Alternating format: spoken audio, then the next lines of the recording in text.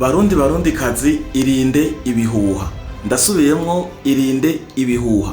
Hari amakuru y'ibihuha ariko arakwiragizwa ku mbuga ngurukana bumenyi nkuko vyamye, nkuko nagumye ndabibabwira ati nimwirinde imbuga ngurukana bumenyi nyarwanda, cane nyarwanda.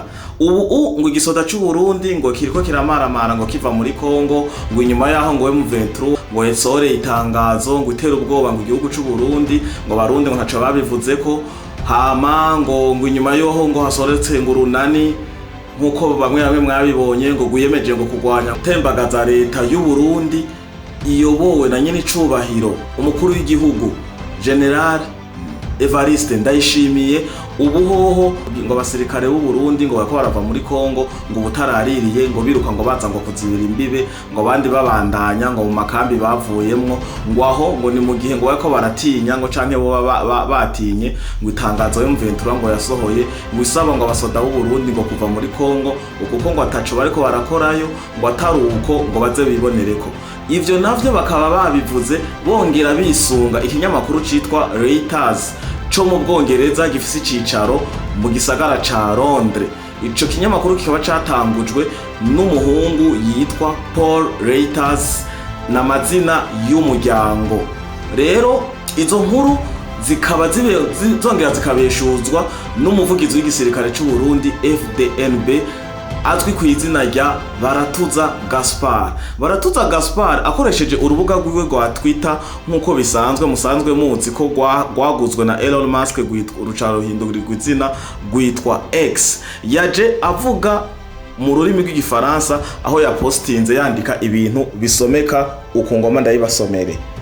Contrairement aux propos véhiculés par Reuters et repris par d'autres réseaux sociaux, les militaires de la FDNB déployés en RDC continuent à exécuter leur mission dans les secteurs de responsabilité. Que personne ne donne importance aux fake news véhiculées ici et là.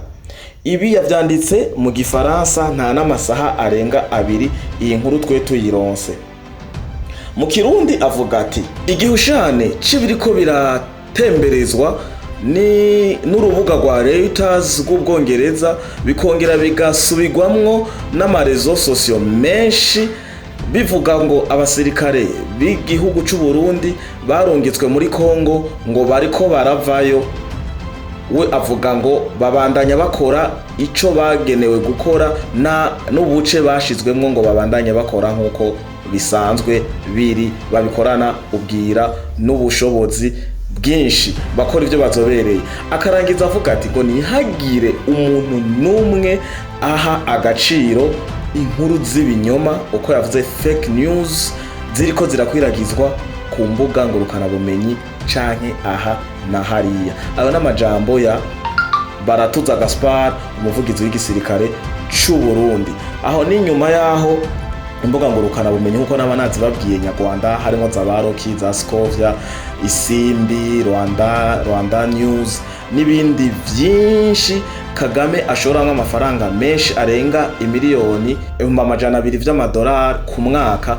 Abo akaba ari abana bivugwa ko ari abana b'inkotanyi bahawe ayo mafaranga kugira baze baracoza ibindi bihugu harimwo u Burundi n'ibindi bihugu, hama bakongera bagahimbaza bongera baninahaza intwaro ya Kagame icinyiza abanyarwanda bamwe nkuko imigwi imwe yo mu Rwanda isanzwe ibivuga, bakongera bagahimbaza igisirikare c'u kirakomeye ngo gifise ubwishiringizi ngo gifise ibinabiriya vyongera basha bikora mu gutera ubwoba abanyagihugu b'abanyarwanda bashaka ko iki gica itera ubwoba abanyagihugu b'abanyarwanda ngo kugira babeho bahinda umushitsi babatera ubwoba babatinyisha Kagame n'ibindi vyinshi. Barundi kazi tubahamagarira kuba magabo kuko uru n'urugamba rw'imbuga byo bita guerre médiatique.